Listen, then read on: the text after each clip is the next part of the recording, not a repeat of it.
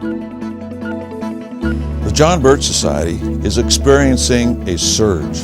In just the last 6 months, our society has experienced a surge in membership, a surge in our influence, and a surge in our success.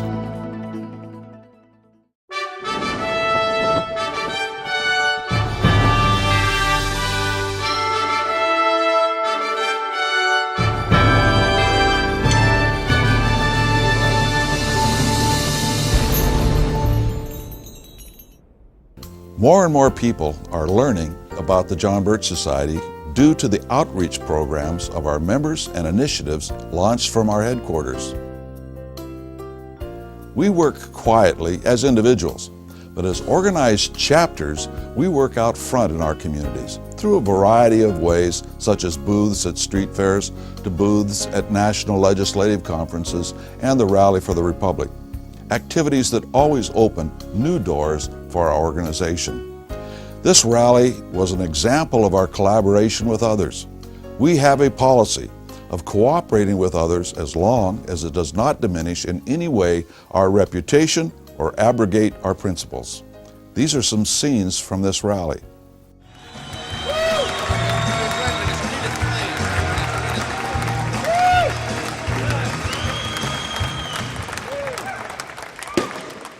Thank you very much. My name is John McManus, and I approve this message.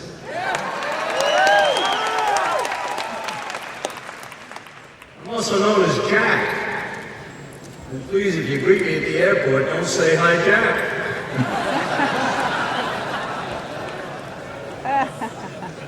You all know that British King George III ruled over the American colonies before our nation declared independence. Somehow he got a message through us from the grave, and his message was simply, "How do you like taxation with representation?" Yeah.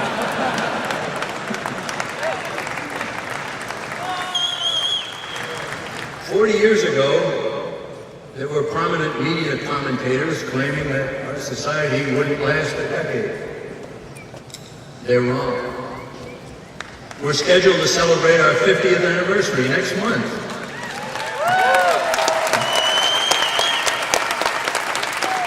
We are enjoying our own surge in membership growth. The speaker at our 50th anniversary celebration in October will be Dr. Ron Paul.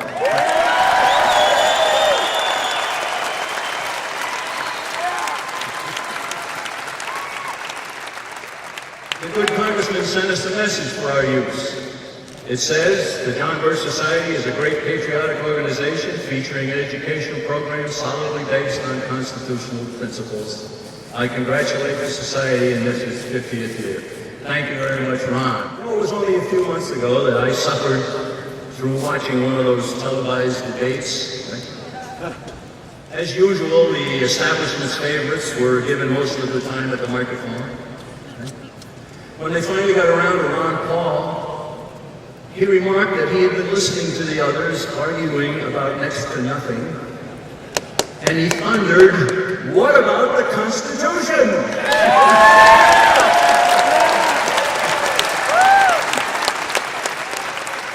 Imagine a U.S. congressman running for president who thought the Constitution ought to be considered. Ron recently said that the politicians in Washington always have the urge to do something about the problems when what's needed is for them to undo something.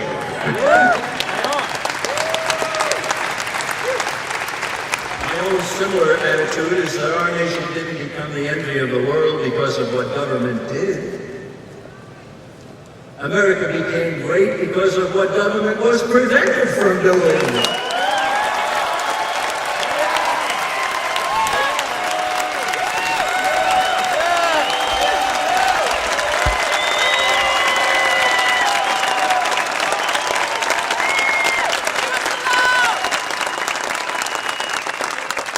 Right now, the admitted national debt stands at just under $10 trillion. Count unfunded obligations into the future. Now that's 10 with 12 zeros. a practically incomprehensible number. And every citizen's share of that debt is $31,000. The debt rises at almost $2 billion every single day. What do our leaders do in the face of this massive amount of red ink? They continue to dole out billions with an array of foreign aid programs. Now let's think about the Constitution for a minute, okay? It isn't a blank check for the government to do whatever it wants, no. It's actually a delegation of a few legitimate powers and a strict prohibition on most of what governments throughout history like to do.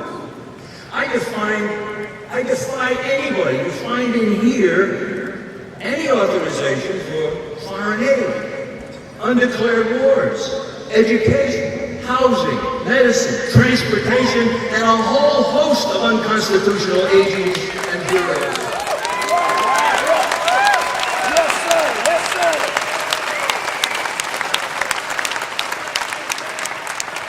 Nor will you find in here any authorization for the Federal Reserve.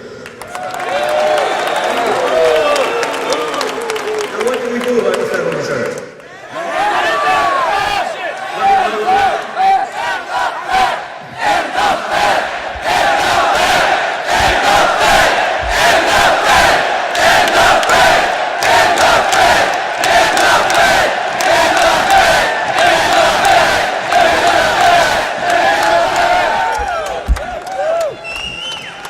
I think you all know that Congress created it, which means that Congress can abolish it.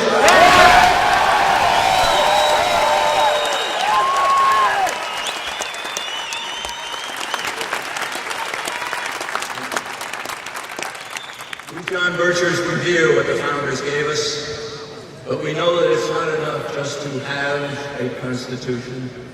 What's needed is a rising tide of demands that elected and appointed officials adhere to the document's limitations. They all swear an oath to uphold it, and the only clause they seem determined to obey is the one that says they shall be paid out of the U.S. Treasury. It's been my distinct honor to know Ron Paul for most of the years that he has served in Congress. We know and he knows that he needs help down there in Washington.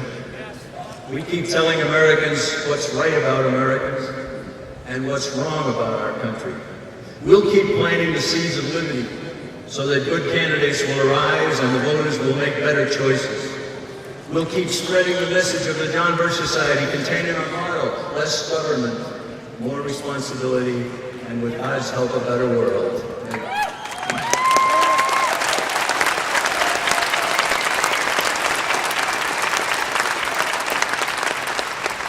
We believe that government should be limited by law, and that's the Constitution, and we believe that individuals should be limited by a freely accepted code like the Ten Commandments. We pray as if everything depends on God, and we work as if everything depends on each of us, and we do it at the same time. That's what we urge everybody to do. I hope each of you is determined, as is every member of the John Birch Society, to take our country back.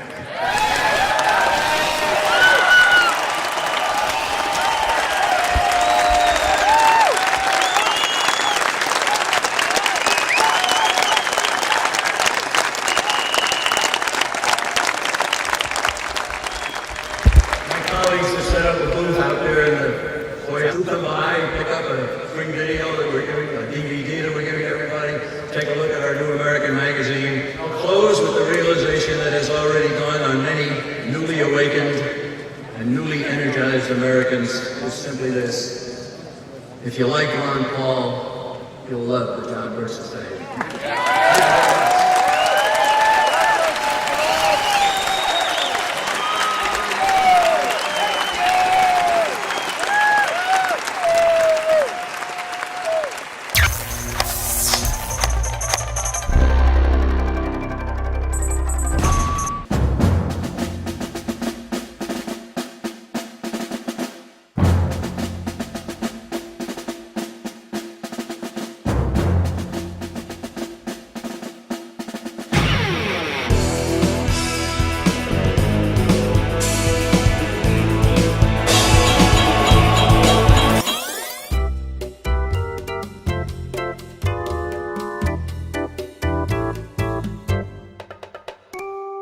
Mr. McManus' speech was seen live by 100,000 people, and the joint effort of this rally will reverberate for some time in helping revive the forces united to preserve the Constitution.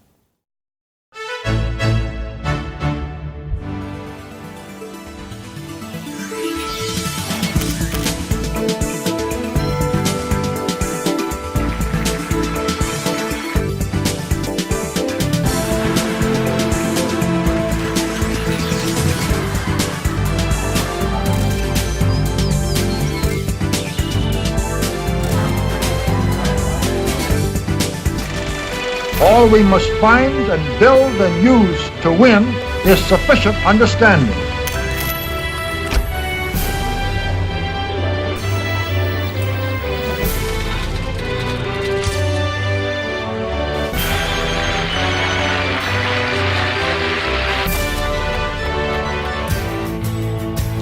At our 50th anniversary celebration, many leaders from other organizations and movements helped us celebrate many years of success.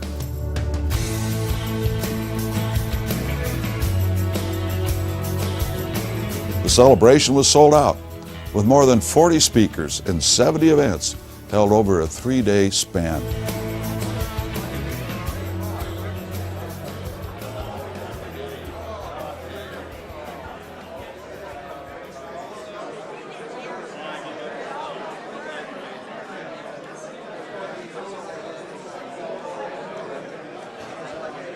So I'm real happy to be here.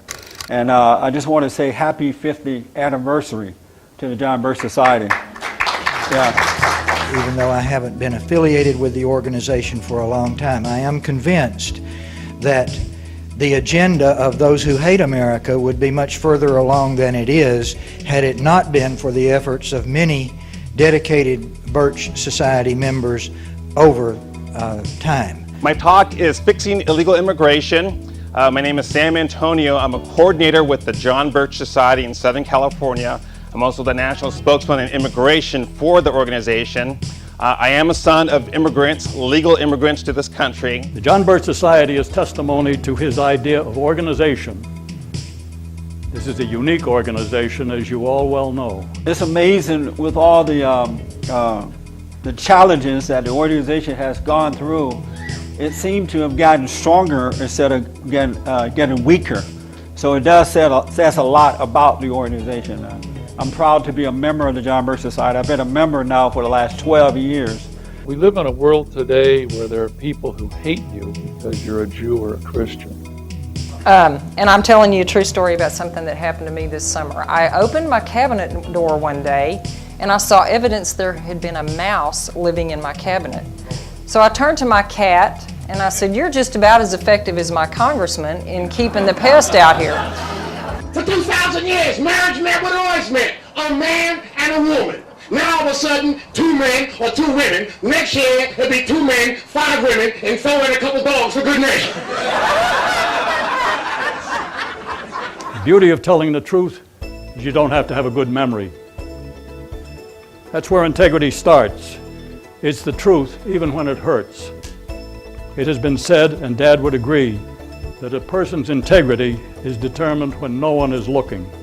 Basically, I'm just an old hippie who got saved about 27 years ago. Most people, when you mention working with the legislature, they think, oh, you know, it's intimidating, I don't want to do this, I don't know how, and I'm afraid. And so I want to tell you right now that I'm just, just me, a common housewife, okay, who, got involved in this organization seriously about 15, 16 years ago. And if you had told me then that I would be standing here, I wouldn't have believed it. What I'm going to do is give you some solutions of what the immigration crisis is all about, but also give you a bigger picture of what this whole issue is all about, because immigration is actually a smaller part of a bigger problem, and I will get into that. When I tell Black Americans that I'm a member of the John Birch Society, their reaction, I don't know which one is worse, to be a Black Republican conservative or a member of the John Birch Society. And the John Birch Society is the organization that believes in liberty and freedom and justice and equality for all. I am honored, and I mean this from the bottom of my heart, I am honored to be here with you tonight, to be a part of this gathering, and to be a part of this group is a highlight for my life. I just cannot tell you how delighted I am to be invited to this wonderful assembly. Thank you, Art. Thank you, Jack, so much for allowing me to come and be a part of this gathering. I cannot think of an organization that has been more faithful to the principles of constitutional government as has the John Birch Society.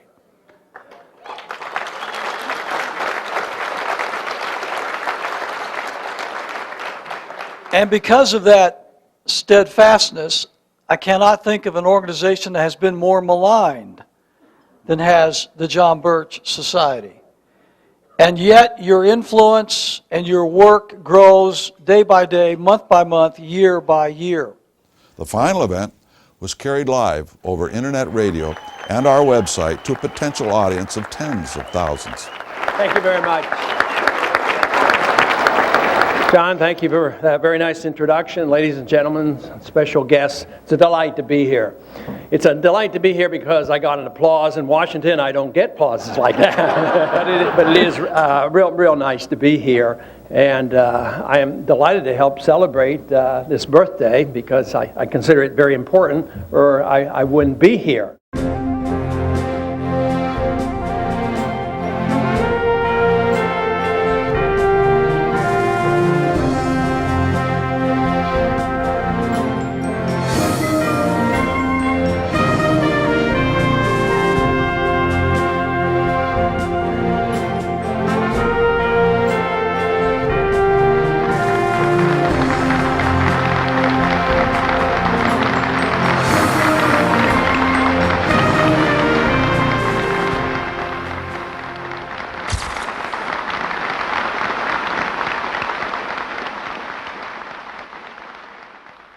A part of that plan, of course, is to induce the gradual surrender of American sovereignty, piece by piece and step by step, to various international organizations, of which the United Nations is the outstanding but far from the only example. Now, here are the aims for the United States. 1, greatly expanded government spending for every conceivable means of getting rid of ever larger sums of American money as wastefully as possible. 2, higher and then much higher taxes. 3, an increasingly unbalanced budget despite the higher taxes. 4, wild inflation of our currency. 5, government controls of prices, wages, and materials, supposedly to combat inflation. 6, greatly increased socialistic controls over every operation of our economy and every activity of our daily lives. This is to be accompanied naturally and automatically by a correspondingly huge increase in the size of our bureaucracy and in both the cost and reach of our domestic government. 7, far more centralization of power in Washington and the practical elimination of our state lines. There is a many-faceted drive at work to have our state lines eventually mean no more within the nation than our county lines do now within the states. 8, the steady advance of federal aid to and control over our educational system, leading to complete federalization of our public education. 9, a constant hammering into the American consciousness of the horror of modern warfare, the beauties and the absolute necessity of peace, peace always on communist terms, of course. And 10, the consequent willingness of the American people to allow the steps of appeasement by our government which amount to a piecemeal surrender of the rest of the free world and of the United States itself.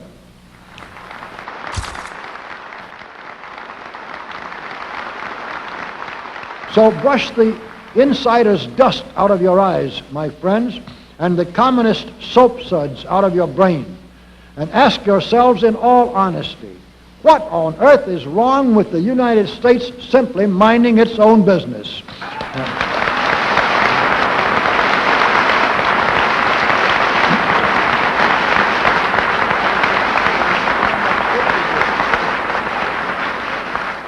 Or with having its foreign policy function primarily for the safety and benefit of the American people.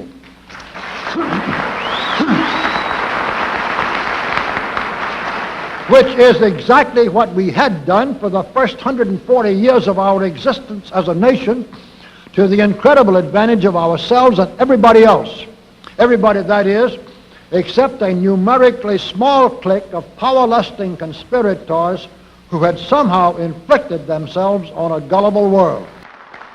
While we turn to a very brief summarization of what we hope the John Birch Society will help and even sometimes lead the American people to accomplish during the next 15 years. One, our first and most important specific undertaking should be to restore the complete independence of the United States.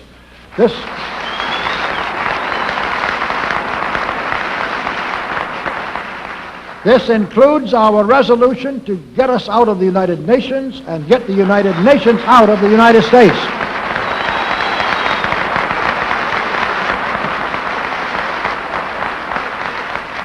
Two, we must once again make our money freely redeemable in gold at some realistic price.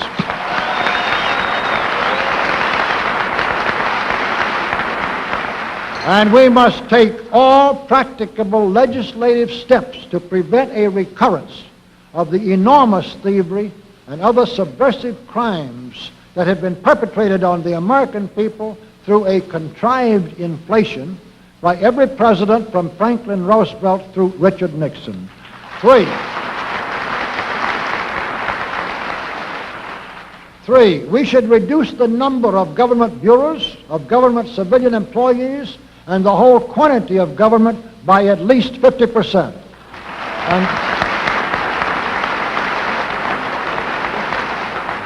And we should achieve at least this much reduction in proper fashion through gradually convincing a majority of the American people of the wisdom of such a course.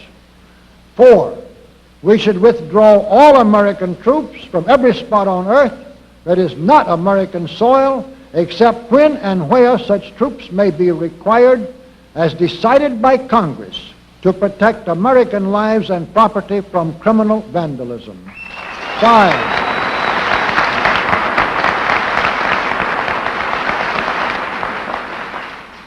Five, we should get government out of the areas and functions and activities where government does not belong.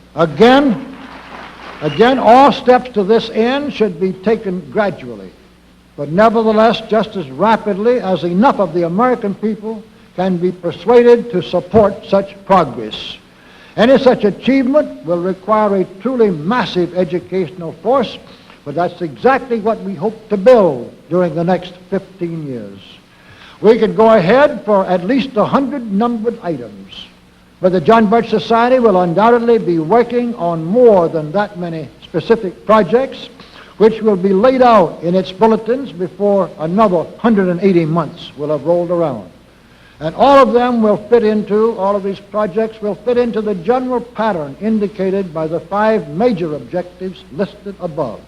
So let's really wind up this marathon monologue with one final thought. None of us can guarantee anything about what the future will bring.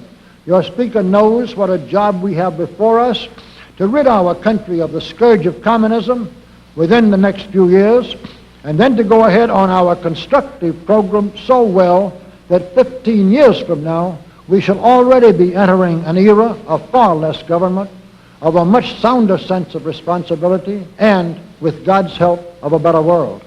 But I sincerely believe that it can be done, and this much I know. If every man and woman in this audience should leave here tonight feeling in his or her own mind and heart that it can and must be done, then it surely will be. And so, All of you patriots of good character, good conscience, and noble ideals, whom we can reach with the filmed version of this speech in 1,000 other audiences, it is with a great deal of confidence and energizing will to win that we invite you to join us in our epic undertaking. While to all of you great, wonderful friends in this present audience, I certainly extend my very deep thanks indeed for so much patience and attention. Thank you and good night.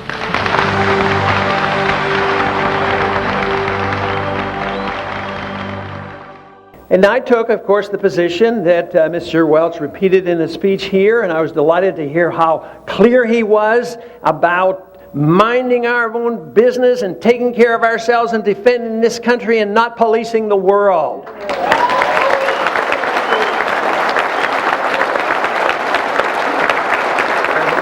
There's no respect whatsoever in Washington for the Constitution. When it comes to monetary policy, do we follow the Constitution? Obviously not. But what about going to war? Ever since World War II, there's never been a declaration of war. We go to Korea, Vietnam, Iraq, and all the other smaller wars around the world. But Congress has been totally irresponsible. And it isn't so much that we couldn't do it, but we don't do it.